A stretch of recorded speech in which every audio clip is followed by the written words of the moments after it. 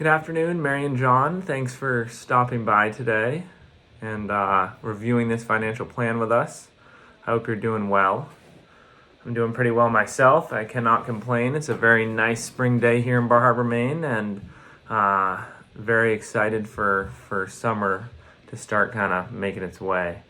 It's been a cold and rainy, wet, icy, snowy winter. So today, I just wanted to start with going over an agenda for the meeting.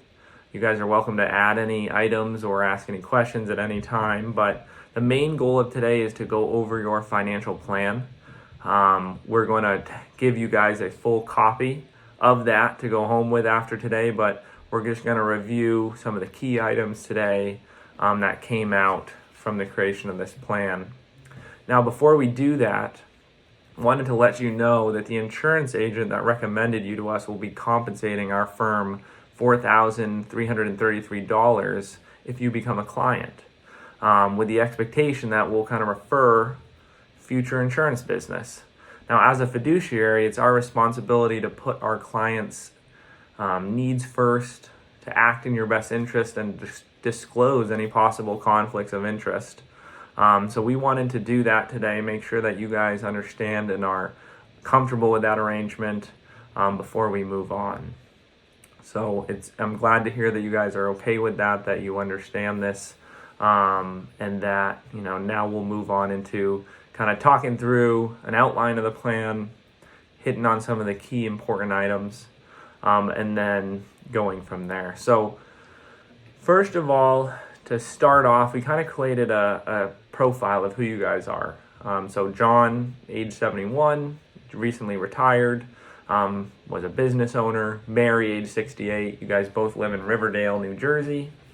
You each have, you got two kids. Edward, age 42. He has two sons, Jack and Eugene. And then Brent, age 40, who also has a daughter, Beth. And you guys are all in really good health. Now, what is the scope of this engagement? Really, it can be easily defined as the scope of this is to prepare a comprehensive financial plan, which is what we have done.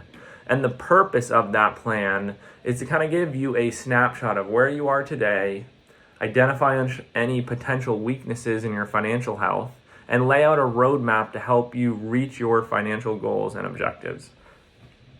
We're going to cover a host of topics today. Our analysis, our recommendations, our implementation strategies, and then end with a kind of action plan that will help guide the implementation of the most important planning recommendations. One of the key pieces here is to identify your goals, and we work together to do that, and kind of mutually identified and prioritized a list of 4 different goals.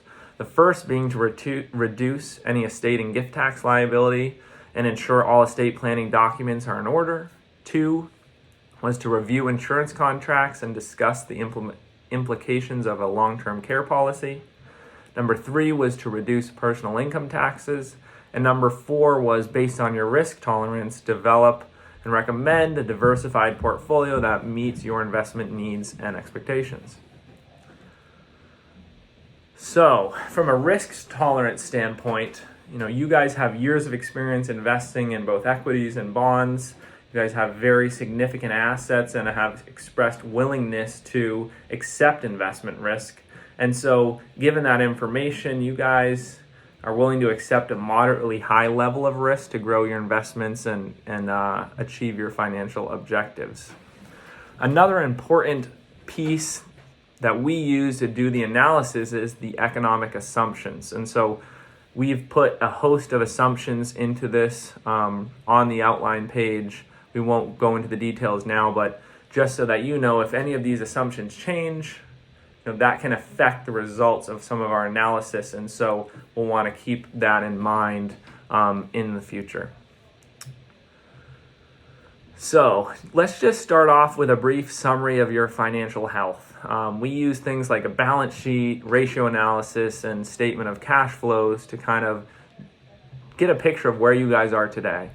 When we look at all of your assets, your net worth totals at about $13,775,000.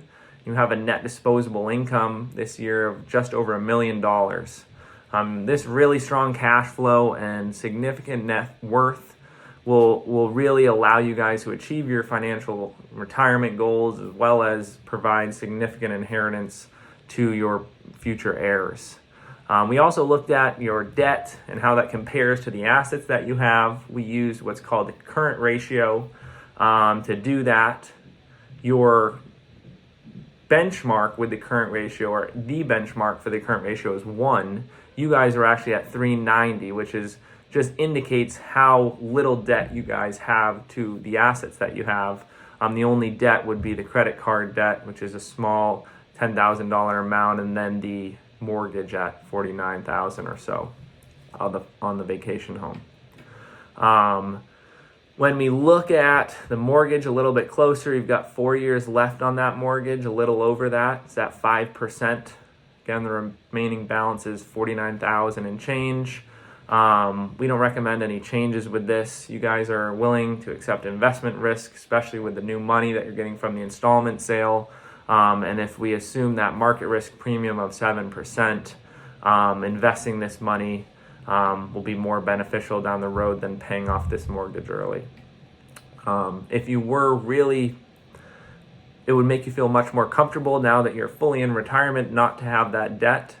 That's something that we could consider and might make it worthy of paying off, but that's something that we could dive into at another time.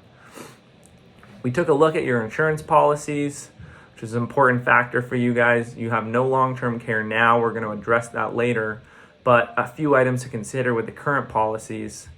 Some concern over the primary residence being underinsured, as well as not having flood insurance. And if there's a potential that the primary residence is in a flooding zone, acquiring a separate flood insurance policy because your current HO3 policy will not cover flooding as a peril is very important. Additionally, that inverted Jenny stamp, very expensive asset that you have, a family heirloom, if you will, is not protected with any type of insurance. And so any loss, any damage to that item would be a significant hit to you guys. And lastly, on the automobile policy, a small item of note is that the property damage limit is lower than the state minimum. It's at $15,000, and so that should be addressed and increased, and we'll discuss that in a little bit more detail later. And lastly, if we take a look at your investments, you guys have the majority of your money in non-qualified accounts, about $3,949,000 if we include the annuity. And then the remaining is qualified, and that's about $1.6 million. Having this larger amount in non-qualified may actually benefit you guys from a tax standpoint. Long-term capital gains and dividends are taxed at a lower rate than ordinary income, which is what the taxation rates are on distributions from qualified monies. So that actually plays in your favor a little bit from a tax saving standpoint. Now, as far as diversification of those investments, there's some concern that the stock portfolio is not diversified, and that should be addressed. We also have some concern that Mary's 403B is not invested in a way that will achieve your goals, and one of which was to, how do we increase the balance of our retirement accounts as much as we can to pass down to our heirs. That was an important piece for you guys. The 2025 fund is not necessarily going to align with that objective, and so we'll talk about that. So moving on to risk management here, where we're going to talk about the insurance policies in a bit more detail. If we look at your HO3 policy for both your primary residence and the vacation home, these policies are based on what's called replacement cost value. And so the face value of the policy should be at least 80% of the cost to replace the dwelling and the other structures covered to get full coverage.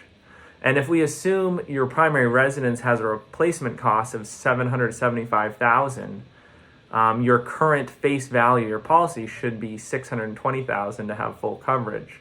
Your current policy actually has a face amount of $400,000, which is a significant shortfall of $220,000. So that should be addressed. and should be increased by talking to your insurance agent and getting that increased to an amount that covers at least 80% of the replacement cost. Now, looking at the vacation home, that's not an underinsurance issue. When we look at the face value of the policy, it is $460,000. If we assume the replacement cost is $550,000, we take that 80% rule.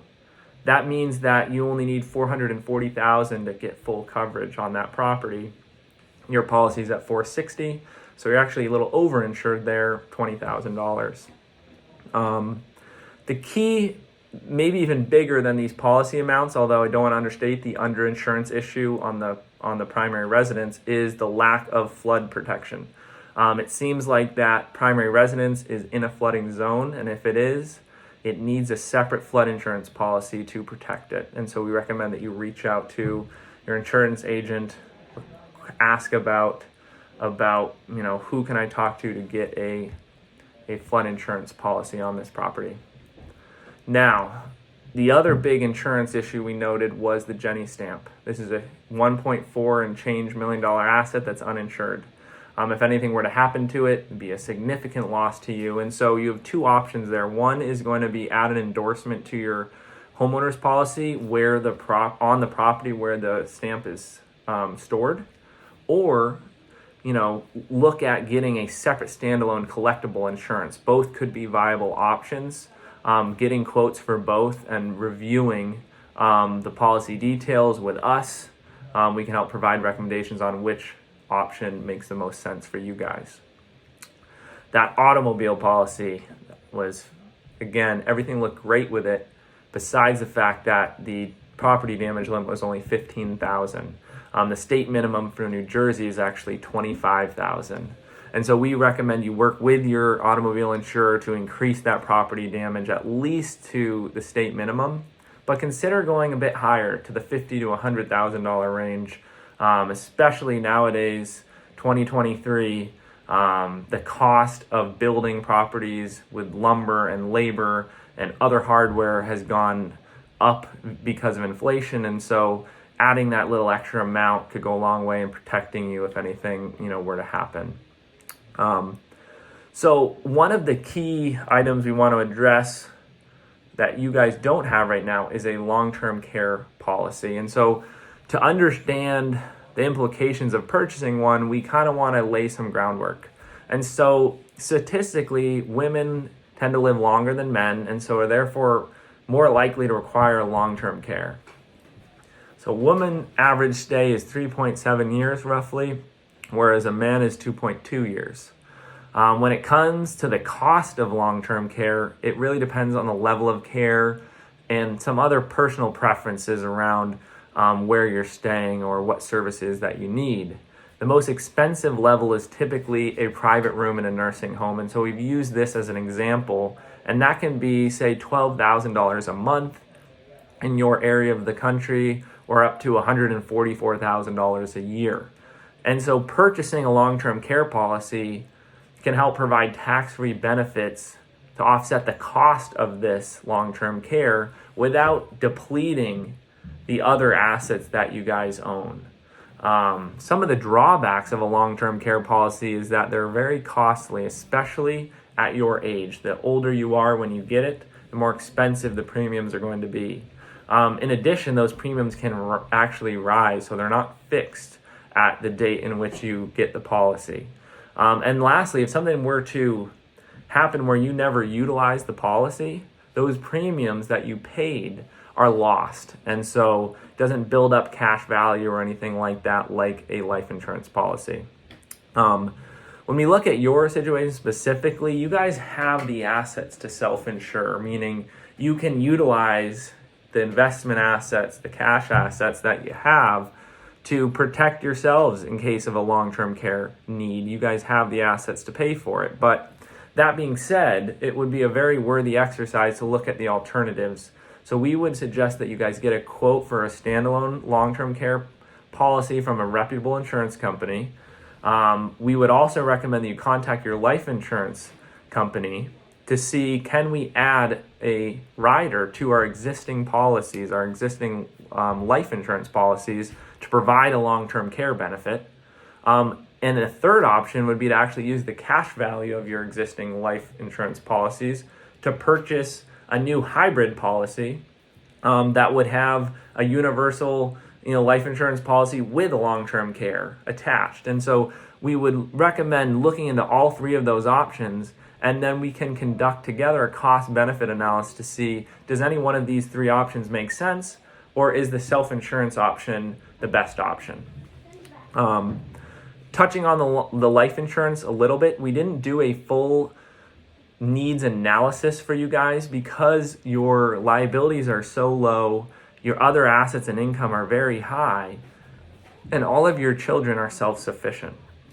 And so, assuming these policies are in good health, the cash value can pay the annual premiums. These policies could provide potentially an additional emergency fund option via the cash value if something were to happen where you exhausted your current cash reserves, or they can be a really nice estate tool and create liquidity at death to help pay estate expenses or any potential taxes as well. So that is a very good vehicle to have for estate planning purposes. We looked at your current health insurance policy, but there's nothing really to note there, given that you guys kind of had moderate out-of-pocket expenses. The only thing that would tell us that maybe we should look into other options is if those out-of-pocket expenses started to increase. So the next topic we're going to talk about is investment planning. And so when we look at you guys have the stock portfolio of $940,000, a mutual fund portfolio of $2.9 million, and a non-qualified annuity of $100,000 to $102,000. Sorry. The stock portfolio is of the main concern. It really lacks diversification, only being invested in 4 stocks. We did some analysis using the capital asset pricing model, which kind of gives an idea of what should the expected rate of return be for the level of risk that you're taking in the investments. And using that measure, that portfolio has significantly underperformed and is actually has a $20,000 loss since the inception of the portfolio. That's kind of a silver lining, actually, in that it will allow us to reallocate and rebalance the account without incurring any taxable long-term capital gains to you. And that $20,000 loss that we'll create can be stored and used later to help offset any future capital gains that you have. When we look at the mutual fund portfolio, you've got significant gains there, so we don't necessarily want to touch it and create capital gains. It's already well diversified with a good mix of both domestic and international equities, and you've got a little bit of bonds in there as well. When we looked at the qualified accounts, being John's 401k and Mary's 403b, the only thing of note there is that the investment approach in the 403b using the 2025 fund does not really align with your goal of maximizing performance in your retirement accounts. And so what we'll want to do is recommend some changes there to increase the potential of performance. We're going to elevate the risk a little bit and hopefully elevate the long-term performance of that account as well. So just kind of summarizing the changes we'd like to make and the recommendations there is diversify that stock portfolio. We'll like to change the investment allocation within Mary's 403b. And then lastly, we'll devise a plan with the new money that's coming in from the installment sale, that extra disposable income. We'll build that in and invest that as it comes in every month and devise a allocation model that works for you guys, that's well diversified, that's tax efficient, that matches your risk, moderately high level of risk. And if you guys accept these recommendations, we'll be able to implement that. Now, moving on to the summary of your retirement planning. There's not a lot here because you guys have done a great job of working hard over your life and saving significant assets. So, you're moving out of this savings phase and into this spending phase of your life. And a major advantage you have over a lot of your peers is you have significant income still coming in from the installment sale, at least for the next 8 years. And so that will really help you guys make up, the loss of earned income that you're used to having. What we did do is kind of look at what is your income need, and we looked at your cash flow statement to kind of determine that. And this year you had of a very high income need. It was $500,668,000. And that includes some elevated taxes from the installment sale, life insurance policy premiums, which we're making the assumption are being paid by the cash value in the policies. And so when we adjust and look at your real after-tax income need, it's closer to $160,000. And in 4.5 years, when your mortgage is gone, it's really under $150,000. And so we take a look at how do we make up that income for you. And you guys have multiple sources. You have Social Security, you have Mary's pension. That totals at just under $64,000, which leaves about, $100,000 that's needed to come from your investments or the installment sale payments. And given the amount of, cash reserves you have, the investable assets north of $5 million, the monthly cash flow of the installment sale of $36,500, you are going to have no issues meeting your income need now and into the future. Without any significant unforeseen financial need, you're also going to be able to defer for as long as you can any distributions from your retirement accounts. At age 73, you'll have to take what's called required minimum distributions. But given all your other income sources, we'll defer as long as we can, which will help grow those accounts and as much as possible so that you can pass them down to your children. Moving on, we're going to touch on some income tax planning. And this was a big important piece for you. It was on one of your goals was how do we reduce our income taxes? And so we took a look at your situation and find a few different areas where you can save on income taxes. The two major pieces around investments, so tax-efficient investments and tax-efficient charitable giving. I'm going to start with the charitable options. So we noticed that in 2023, you donated about $13,000 in cash. Cash is not the most efficient vehicle from a charitable tax saving standpoint. You can actually donate appreciated securities, which if you sold would be taxable to you, and you guys are in a high tax bracket, so you'd owe, some significant taxes on that. But if you donate those appreciated securities directly to the charity, they're a 501(c)(3), they won't owe any taxes if they liquidate, and you guys don't realize any of those taxable gains, so they're not taxable to you. And so that's a way to boost your tax deduction from your donations. Secondly, if charitable work is very important to you, you may want to consider what's called a donor-advised fund. And with your elevated income that you have from the installment sale especially, this might be a vehicle that can help reduce your taxes because any contributions into a donor-advised fund are tax deductible in that year, but they don't have to go to the charities all in that same year. You can use the fund to get the tax deduction and then do annual distributions for many years to come. And so that can also be funded with appreciated securities and is a great vehicle. Last thing on the charities and efficient charitable giving from a tax saving standpoint would be when you guys hit the age of required minimum distributions from your retirement accounts. That is at age 73.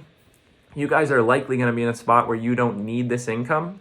And so why take it if you don't have to? Because it's going to be taxable to you on the withdrawals as ordinary income.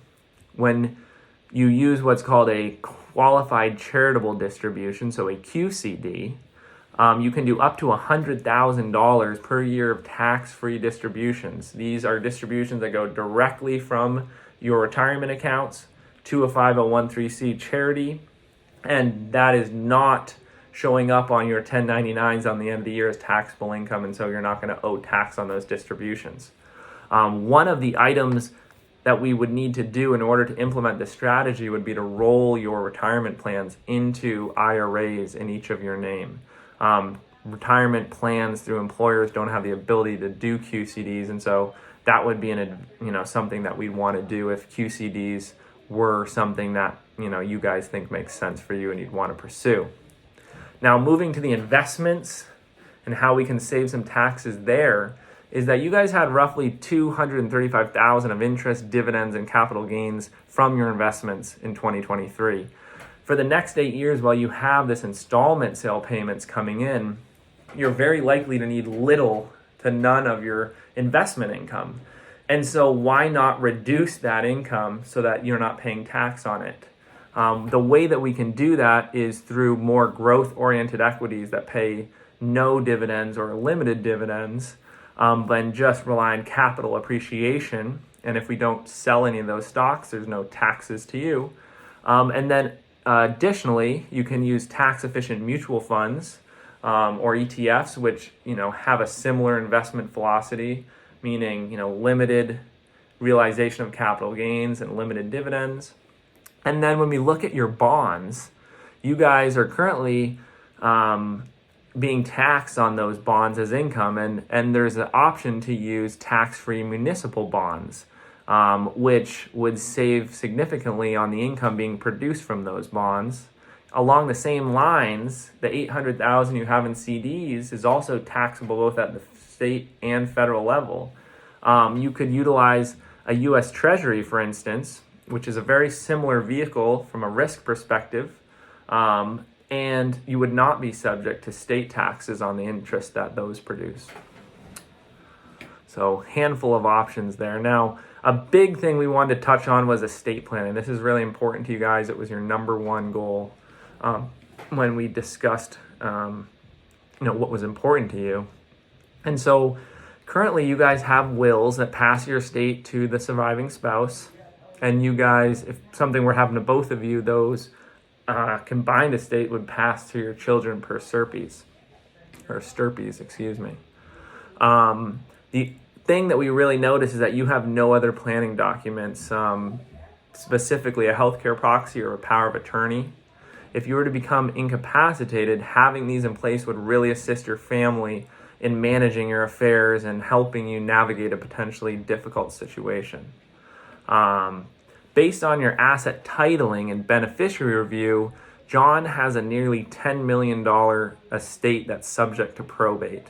This is not necessarily ideal because having a big probate estate increased the cost to the estate, also the time required to settle the estate after death.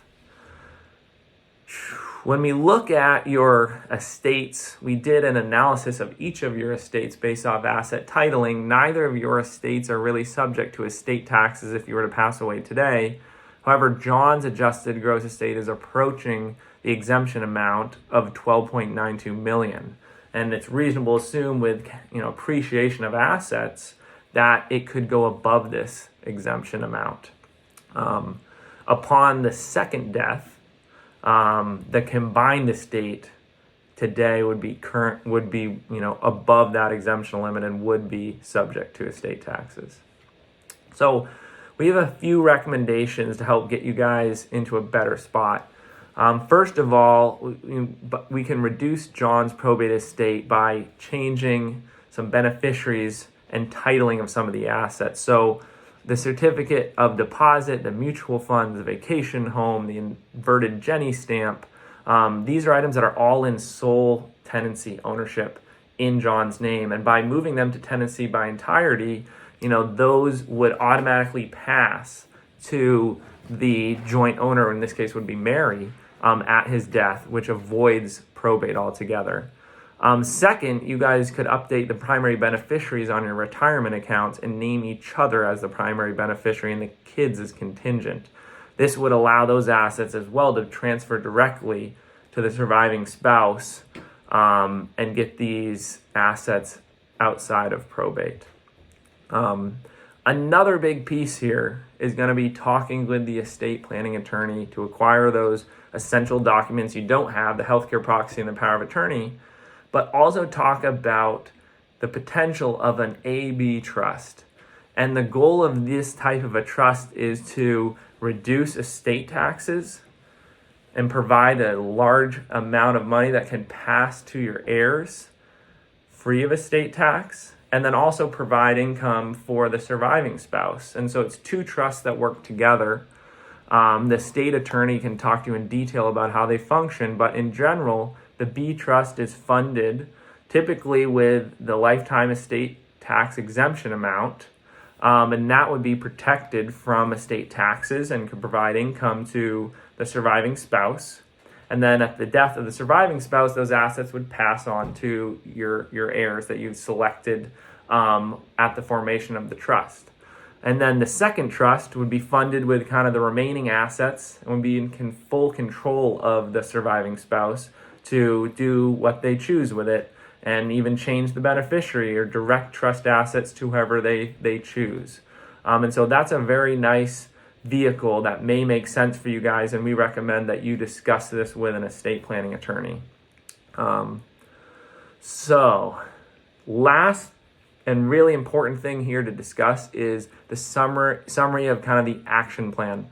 What do I need to do, or we need to do, to make sure that these recommendations get implemented? What are the most important ones? What's the time frame for those recommendations?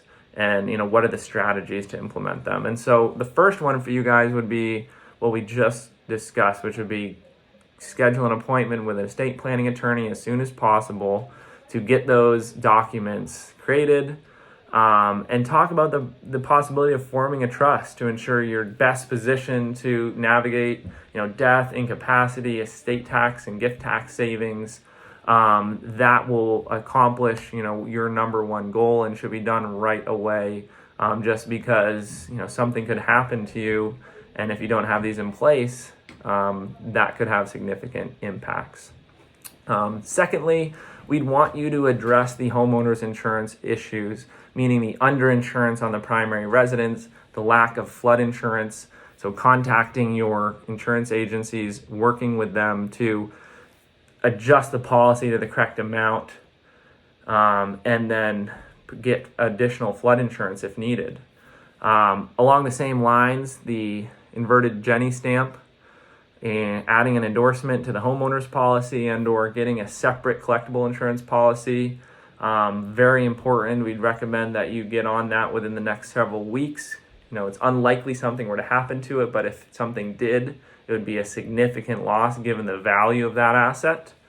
And then, quickly get in touch with the automobile policy as well and boost up that amount for property damage. The fourth item on the list here is kind of diversify the stock portfolio. We utilize tax loss harvesting to, make sure we can reallocate without incurring additional taxes to you. We would develop an allocation strategy that really maximizes performance, is tax efficient, and is in a moderately high level of risk. Detail that plan and schedule a follow-up meeting with you guys to review that, within the next 3 to 4 weeks. And then another big piece for you guys out of, these 6 or 7 items is going to be schedule a call with your life insurance company to discuss how you might be able to leverage your current policies to provide a long-term care protection. And then also contact several reputable long-term care insurance agencies and get a quote for a standalone long-term care policy. We'll take all that information, we'll compare and contrast and do a cost-benefit analysis, and see what makes the most sense for you. Given the fact that policy premiums for long-term care go up with age, we really suggest that we get this done before your next birthday. There's a couple other items here on the list, but we can discuss those at another time. You guys will have an opportunity to read through the complete plan. We're happy to answer any questions that you guys might have with it. I really appreciate you guys listening to me talk here for almost 35 minutes. But I hope we were able to really address your concerns And at this point, we'll just kind of open it up to questions for you guys. And thank you for listening.